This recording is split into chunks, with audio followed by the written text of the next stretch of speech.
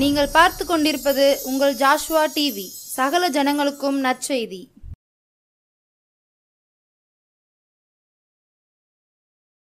ஆனந்த துதி ஒலி கேட்கும், ஆடல் பாடல் சத்தமும் துணிக்கும்.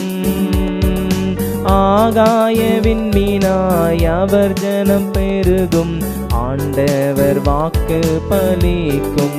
பிரியமான தேவ ஜனமே, இந்த நாளிலும் உங்களையும் இந்த தொலைக்காட்சியின் வழியாக சந்திப்பதிலே மீண்டும் நான் மிகுந்த மகிழ்ச்சி அடைகிறேன்.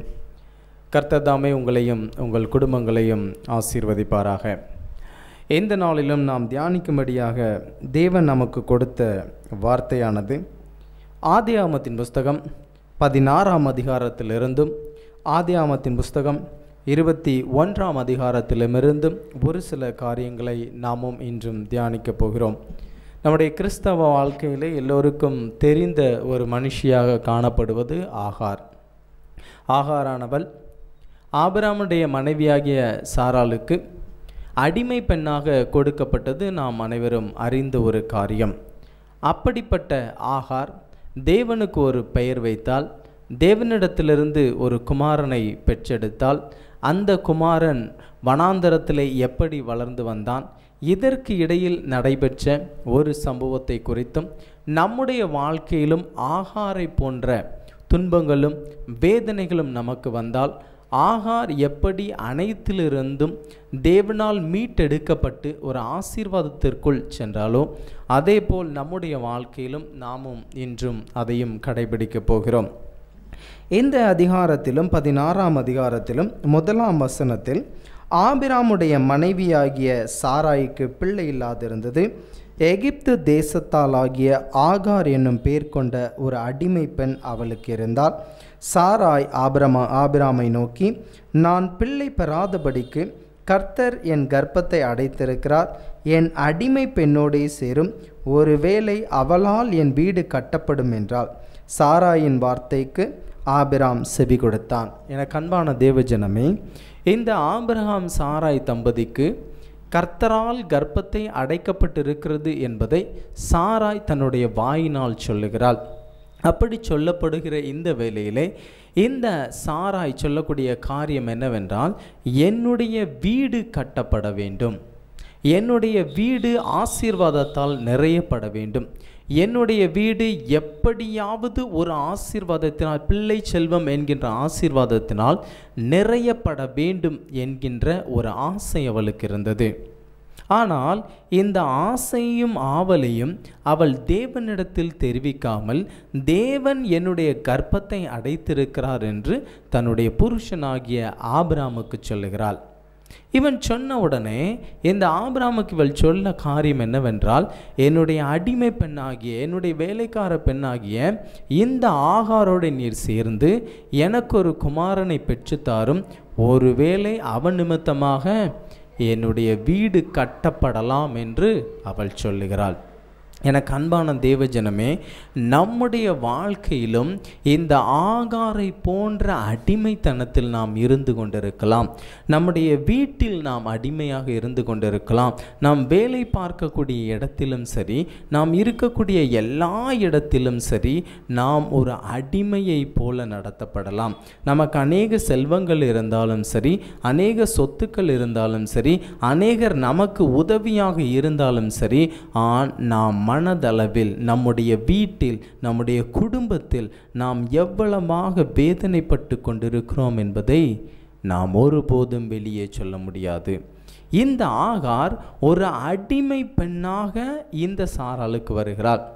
இந்த சாராய்க்கு வரும்போது அவள் என்னென்ன வேலைகளை சொல்லுகிறாளோ, என்னென்ன காரியங்களை இவளிடத்தில் தெரிவிக்கிறாளோ, அனைத்து காரியத்தையும் மறுக்காமல் செய்ய வேண்டும். ஒருவேளை நம்முடைய வாழ்க்கையில் அப்படிப்பட்ட சூழ்நிலையில் நாம் வாழ்ந்து கொண்டிருக்கலாம்.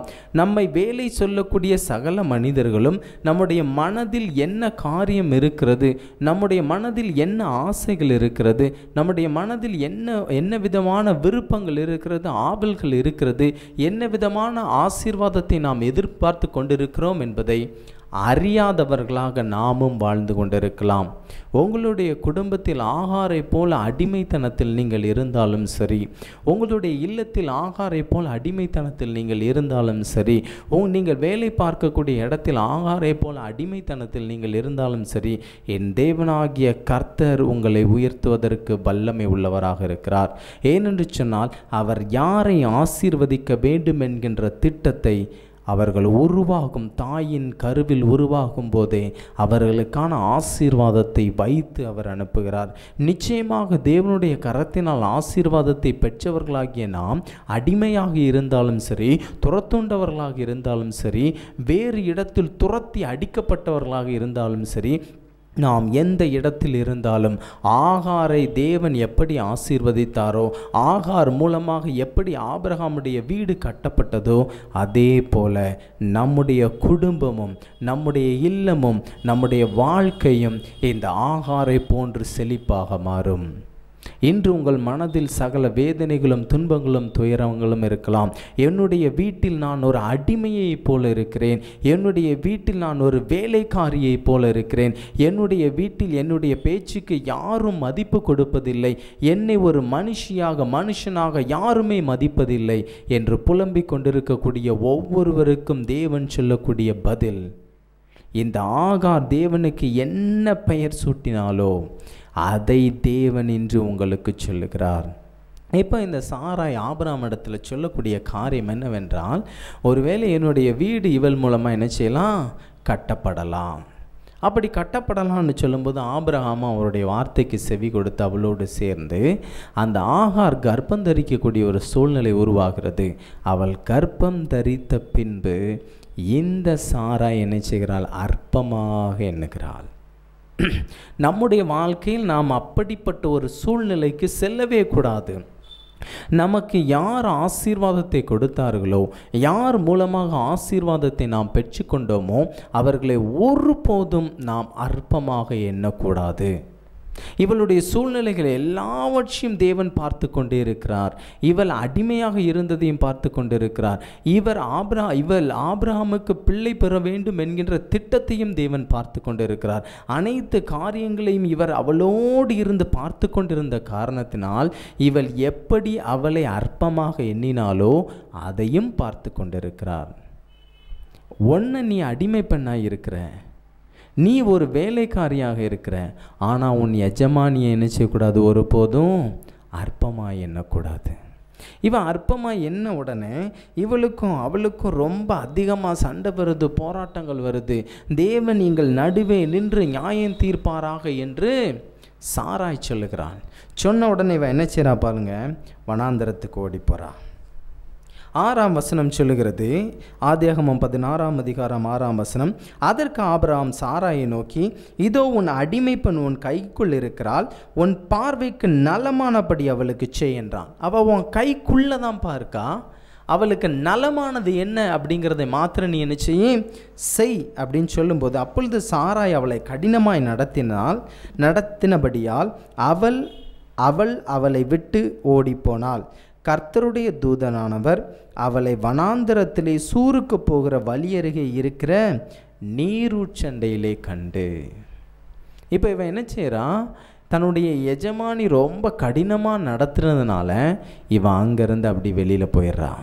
எனக்கு அன்பான தேவஜனமே, உங்களுடைய குடும்பத்தில் நீ அடிமையாக இருந்தாலும் சரி, துரத்துண்டவர்களாக இருந்தாலும் சரி, எல்லாரும் உன்னை அற்பமாக ஏளனமாக எண்ணினாலும் சரி, நீ அவர்களுக்குள் அடங்கி இருக்க வேண்டும்.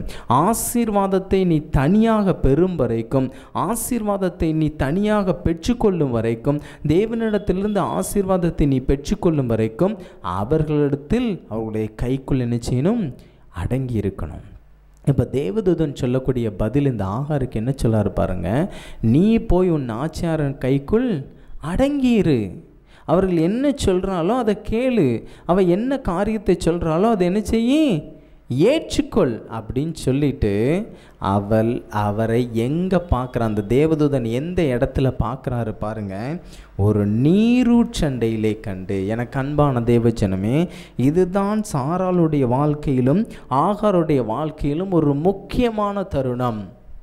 இந்த சாராய் இந்த ஆகாரை விரட்டி அடித்த பின்பு, இவளை கடினமாய் நடத்தின பின்பு, இந்த ஆகார் அந்த இடத்திலிருந்து வெளியே வனாந்தரத்துக்கு வரும்போது ஒரு நீரூற்றண்டையிலே, ஒரு ஆசீர்வாதமான இடத்திலே, ஒரு ஆசீர்வாதத்தை உனக்கு நான் வைத்திருக்கிறேன், ஆனாலும் நீ அந்த ஆசீர்வாதத்தை பெற்று கொள்ளும் வரைக்கும் உனக்கு என்ன துன்பம் வந்தாலும் சரி, என்ன துயரம் வந்தாலும் சரி, என்ன போராட்டம் வந்தாலும் சரி, உன்னை யார் நிந்தனைக்குள் நடத்தினாலும் சரி, நீ அங்கேயே அடங்கியிருக்க வேண்டும். உபத்திரவத்தின் பாதையில் நீ நடந்து வந்தால் மாத்திரம்தான் இந்த ஆசீர்வாதத்தை பெற்றுக்கொள்ள முடியும் என்கின்ற ஒரு தரிசனம் அவளுக்கு கொடுக்கப்பட்டது. தேவ தூதனை அவள் ஒரு நீரூற்றண்டையிலே காண்கிறாள், ஒரு ஆசீர்வாதமான இடத்திற்கு அருகிலே காண்கிறாள். கண்ட உடனே இந்த தேவதூதன் சொன்ன பதில், உன் ஆச்சியார் இடத்துல போய் என்ன செய்ய, அடங்கிற. இவன் திரும்ப அங்கே போகிறான். ரொம்ப நாள் கழிக்குது, இவர்களுக்கு குழந்தை பிறக்குது. இவன் என்ன செய்கிறான், இஸ்மவேல் நல்லா வளர்ந்துடுறான். அப்போ பிறக்கும்போது அவனுக்கு வயசு என்னன்னு பாருங்கள், 86 வயசு. அப்படி இருக்கும்போது எல்லா காரியங்களும் அப்படியே நடந்துக்கிட்டே வருது. 21ஆம் அதிகாரத்தில் ஆபிரகாமுக்கும் சாராளுக்கும் தேவன் கடாட்சம் பண்ணினதுனால அவங்களுக்கு ஒரு குழந்தை பிறக்குது. ஈசாக்குங்கிறவன் என்ன செய்கிறான், பிறக்கிறான். அப்படி பிறக்கும்போது இவங்க 2 பேருக்குள்ளே வரக்கூடிய பிரச்சனை, அற்பமா என்றது, ரொம்ப இவங்களை ஏளனப்படுத்துறது, இவன் அவனை அடிக்கிறது, துன்புறுத்துறது, இந்த மாதிரி காரியங்கள் வரும்போது இவ சொன்ன காரியம், இவளை என்ன செஞ்சிரு, துரத்தி விட்டுறேன், இவளை இந்த இடத்துல இருந்து என்ன செஞ்சிரு, அனுப்பி விட்டுரு. எனக்கு அன்பான தேவஜனமே, அந்த இஸ்மவேல் என்கின்ற குழந்தை, இஸ்மவேல் என்கின்ற குழந்தை பிறக்கும் வரைக்கும், அது வளரும் வரைக்கும், ஒரு ஆசீர்வாதத்திற்குள் நேராக வரும் வரைக்கும், தேவன் எந்த இடத்தில் இருக்க சொன்னாரோ, தேவன் எந்த இடத்தில் அடங்கி இருக்க சொன்னாரோ அந்த இடத்தில் அந்த ஆகார் அடங்கி இருந்தாள். தேவன் அவனை எப்பொழுதும், அவளை எப்பொழுதும் பார்த்து கொண்டிருந்தே காரணத்தினால் அவள் தேவனுக்கு ஒரு பெயர் வைக்கிறாள். என்ன பெயர் சொல்லுங்க, நீர் என்னை காண்கிற தேவன். நீர் என்னை காண்கிற தேவன்.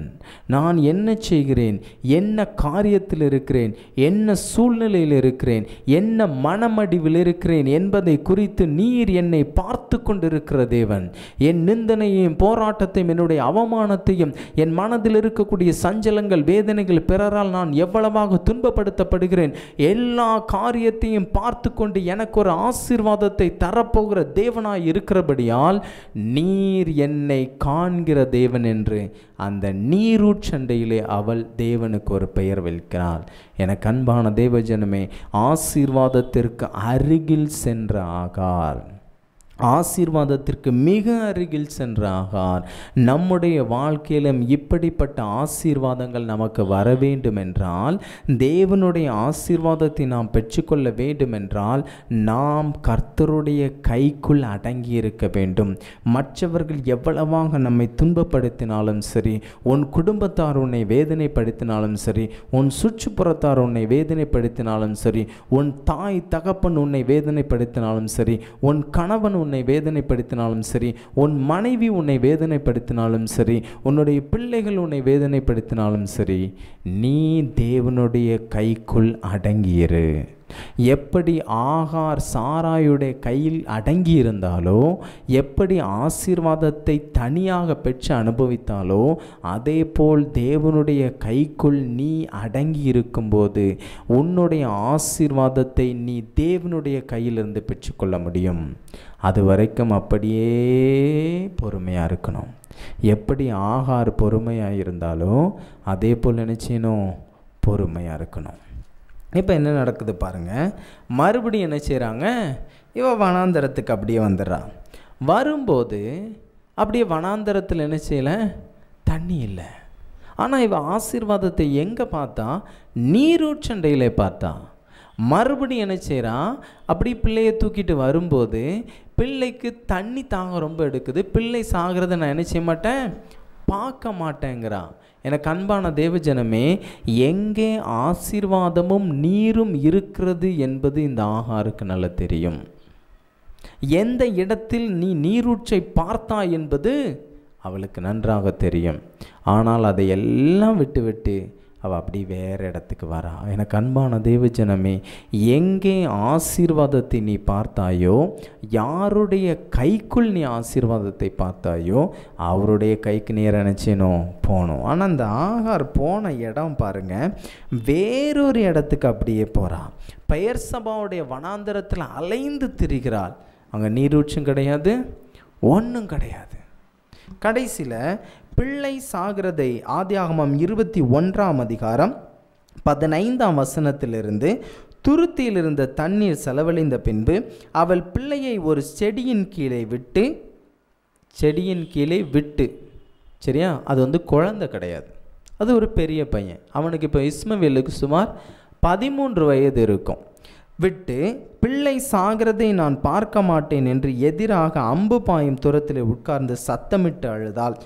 தேவன் பிள்ளையின் சத்தத்தை கேட்டார். ஆகாருடைய சத்தத்தை கேட்கல. யாருடைய சத்தத்தை கேட்டார்? பிள்ளையின் சத்தத்தை கேட்டார். ஏனென்று சொன்னால் ஆகாருக்கு ஏற்கனவே ஆசீர்வாதம் எங்கே இருக்குது என்பதை தேவன் உணர்த்தி விட்டார். இந்த பிள்ளைக்கான ஆசீர்வாதம், இந்த பிள்ளை உயிரோடு இருந்து சகல ஜனங்களுக்கும் எதிராக அவன் வாழ்ந்து பலத்திருக்க வேண்டும் என்கின்ற ஆசீர்வாதத்தை ஏற்கனவே பெற்றுக்கொண்ட இந்த இஸ்மவேல் உயிரோடு இருக்க வேண்டும் என்கின்ற சத்தத்தை தேவன் கேட்டு, தேவன் பிள்ளையின் சத்தத்தை கேட்டார். தேவதூதன் வனாந்தரத்திலிருந்து ஆகாரை கூப்பிட்டு, ஆகாரே, உனக்கு என்ன சம்பவித்தது? பயப்படாதே, பிள்ளை இருக்கும் இடத்திலே தேவன் அவன் சத்தத்தை கேட்டார். நீ எழுந்து பிள்ளையை எடுத்து அவனை உன் கையினால் பிடித்து கொண்டு போ. தூக்கிட்டு போன்னு சொல்ல, அது குழந்தை கிடையாது. கையில் பிடிச்சிட்டு போகக்கூடிய ஒரு வாலிபம் வயசு இருக்கக்கூடிய 13-14 வயது நிறைந்த ஒரு பையன். அவனை என்ன செய்ய, நீ கூட்டிட்டு போ என்று சொல்லி அவனை பெரிய ஜாதியாக்குவேன் என்றார். தேவன் அவளுடைய கண்களை திறந்தார். அப்பொழுது அவள் ஒரு தண்ணீர் துறவை கண்டு போய் துருத்தியிலே தண்ணீர் நிரப்பி பிள்ளைக்கு குடிக்க கொடுத்தாள். தேவன் பிள்ளையோடு இருந்தார். அவன் வளர்ந்து வனாந்தரத்திலே குடியிருந்து வில் வித்தையிலே வல்லவனானான். என அன்பான தேவஜனமே, எங்கே ஆசீர்வாதம் இருக்கிறது என்பதை நன்றாக அறிந்திருந்த ஆகார் இப்போ அந்த ஆசீர்வாதம் முற்றிலும் மறைச்சிட்டு, அவருடைய கண்ணுக்கு தெரியலை. ஏனென்று சொன்னால், நீர் என்னை காண்கிற தேவன் என்று பெயர் வைத்த இந்த ஆகார் தேவனை நோக்கி சத்தமிட்டு கூப்பிடாமல் ஆள ஆரம்பிச்சிட்டான். தூரத்தில் போய் நின்றுட்டான். பிள்ளை சாகிறத நான் பார்க்க மாட்டேன்னு சொல்லி தூரமாய் போய் நின்று விட்டாள். எனக்கு அன்பான தேவஜனமே, உங்களுடைய வாழ்க்கையில் தேவன் ஆசீர்வாதத்தை கொண்டு வர வேண்டும் என்று முடிவு செய்து விட்டார். நீ ஆகாரை போல அடிமையாக இருக்கலாம், ஆகாரை போல துரத்துண்டப்படலாம், ஆகாரை போல வனாந்தரத்தில் அலைந்து திரியலாம். ஆனால் தேவன் உனக்கு சொல்லக்கூடிய காரியம், உனக்கு என்ன நேர்ந்தது, உனக்கு என்ன சம்பவித்தது? உன்னை தாயின் கருவிலிருந்து உருவாக்கினவன் நான், உன்னை தாயின் கற்பத்திலிருந்து தேர்ந்தெடுத்தவன் நான். உன்னை எனக்காக தேர்ந்தெடுத்து எனக்காக உன்னுடைய திட்டத்தை, என்னுடைய திட்டத்தை உன் மீது வைத்து உன்னை மிகப்பெரிய ஆசீர்வாதத்திற்குள் கொண்டு வர வேண்டும் என்கின்ற திட்டத்தை உருவாக்கினவன். இந்த உலகம், அண்ட சராசங்கள் எல்லாவற்றையும் படைத்த வல்லமையுள்ள தேவனாகிய கர்த்தர், நான் உன்னோடு இருக்கிறேன். உன்னுடைய அடிமைத்தனத்தை எல்லாவற்றையும் நீக்கி போட்டு ஆகாரை போல ஆசீர்வாதத்தை இன்று உனக்கு கட்டளையிடுவேன் என்று தேவன் சொல்லுகிறார். நீ யாருக்கு முன்பதாக அவமானப்பட்டாயோ, யாருக்கு முன்பதாக துரத்தப்பட்டாயோ, யாருக்கு முன்பதாக விரட்டி அடிக்கப்பட்டாயோ, யாருக்கு முன்பதாக நீ வேதனைப்பட்டாயோ, யாருக்கு முன்பதாக நீ அவமானப்பட்டாயோ, அது எல்லா காரியத்தையும் தேவன் இன்று மாற்றி போட்டு எப்படி அடிமைத்தனத்திலிருந்து மீட்டு எடுத்து வந்தாரோ, இஸ்ரவேல் ஜனங்களை அடிமைத்தனத்திலிருந்து மீட்டெடுத்து வந்து பாலும் தேனும் ஓடக்கூடிய அந்த கானான் தேசத்திற்கு கொண்டு வந்தார். அதே போல உன்னுடைய வாழ்க்கையிலும் அடிமைத்தனத்திலிருந்து இருக்கக்கூடிய ஒவ்வொரு ஆகாரையும் எடுத்து போட்டு பாலும் தேனும் ஓடக்கூடிய கானான் தேசத்திற்கு தேவன் அழைக்கிறார். அந்த நீரூற்றை நீ பெற்றுக்கொள்ள வேண்டுமென்றால் தேவனுடைய கைக்குள் அடங்கி இருக்க வேண்டும். உனக்கு முன்பதாக இருக்கக்கூடிய ஆசீர்வாதத்தை குறித்து உன் கண் மறைக்கப்படாமல் எப்பொழுதும் கண் திறக்கப்பட்டவனாக, எப்பொழுதும் கண் திறக்கப்பட்டவளாக நீ இருக்கும்போது கர்த்தர் இந்த ஆசீர்வாதம் உனக்குரியது, இந்த சம்பத்து உன்னுடையது, இந்த ஐஸ்வர்யம் உன்னுடையது, இந்த மிகப்பெரிய காரியங்கள் உன்னுடையது என்று தேவன் சொல்லும்போது அந்த ஆசீர்வாதத்தை பெற்றுக்கொள்வதற்கு நாம் கண்கள் திறக்கப்பட்டவர்களாக இருக்க வேண்டும்.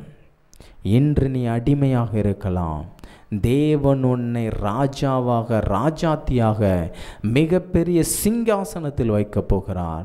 அதே நம்பிக்கையோடு விசுவாசத்தோடு கண்களை மூடி ஒரு விசை, தேவனே என்னுடைய அடிமைத்தனத்தை பாரும், என்னுடைய வேதனையை பாரும், என்னுடைய நிந்தனையை பாரும். ஆகாரை போல என்னுடைய குடும்பத்தில் நான் அடிமையாக இருக்கிறேன் அப்பா. ஆகாரை போல என்னுடைய வாழ்க்கையில் நான் அடிமையாக இருக்கிறேன் அப்பா. ஆகாரை போல நான் வேலை செய்யக்கூடிய இடத்துல நான் அடிமையாக இருக்கிறேன் அப்பா. ஆகாரை போல நான் படிக்கக்கூடிய இடத்தில் நான் அடிமையாக இருக்கிறேன் அப்பா. என்னுடைய ஆசீர்வாதம் என்னவென்று தெரியாமல் நான் இந்த இடத்தில் அடிமையாக இருக்கிறேன் அப்பா. என்னுடைய அடிமைத்தனத்தை எடுத்து போடும் என்று வாய்களை திறந்து, வாயை திறந்து, உன் வாயை விரிவாய் திற, அதை நான் நன்மையினால் நிரப்புவேன் என்று சொன்ன தேவன். உன் வாயை திறந்து தேவனிடத்தில் கேள், உன் வாயை திறந்து தேவனிடத்தில் கேள். கேட்கிற எவனும் பெற்றுக்கொள்வான் என்று வேதம் சொல்லுகிறது.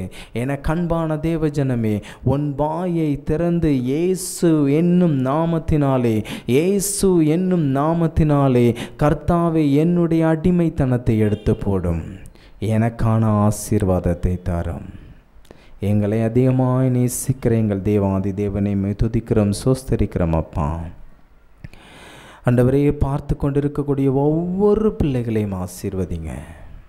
அவருடைய வாழ்க்கையில் இருக்கக்கூடிய அடிமைத்தனத்தை எடுத்து போட்டு நீரூற்றையும் நீர் சுரந்து வரக்கூடிய துறவையும் அவர்களுக்கு காண்பியும் அப்பா. அந்த ஆசீர்வாதத்தில் அவர்கள் திளைத்து வாழ கிருபிச்சிங்க. யாரெல்லாம் என்னுடைய அடிமைத்தனத்தை எடுத்து போடும் என்று எப்பொழுதும் இடத்தில் மன்றாடி கொண்டிருக்கிறார்களோ அவர்கள் எல்லோரையும் ஆசீர்வதிங்க. அடிமைத்தனத்திலிருந்து எடுத்து அவர்களை ராஜாவின் சிங்காசனத்தில், ராஜாத்தியின் சிங்காசனத்தில் உட்கார வைத்து நீர் அவர்களை மேன்மைப்படுத்த போகிற தயவுக்காமக்கு நன்றி செலுத்துகிறோம் அப்பா. கண்ணீர் விட்டு கதறி கேட்டுக்கொண்டிருக்கக்கூடிய ஒவ்வொரு பிள்ளைகளையும் நீர் ஆசீர்வதித்து, உனக்கு ஆறுதல் செய்கிற தேவன் நான் இருக்கிறேன், உனக்கு சகாயம் செய்கிற தேவன் நான் இருக்கிறேன் என்று உம்முடைய ஆறுதலினாலும் உம்முடைய தேறுதலினாலும் உடைய பிள்ளைகளை நிரப்புங்க. உடைய கரத்தில் எங்களை ஒப்பு கொடுக்கிறோம். வழி நடத்தும் ஆசீர்வதியும். இயேசுவின் மூலம் ஜெபிக்கிறோம் எங்கள் ஜீவனுள்ள நல்ல பிதாவே, ஆமேன்.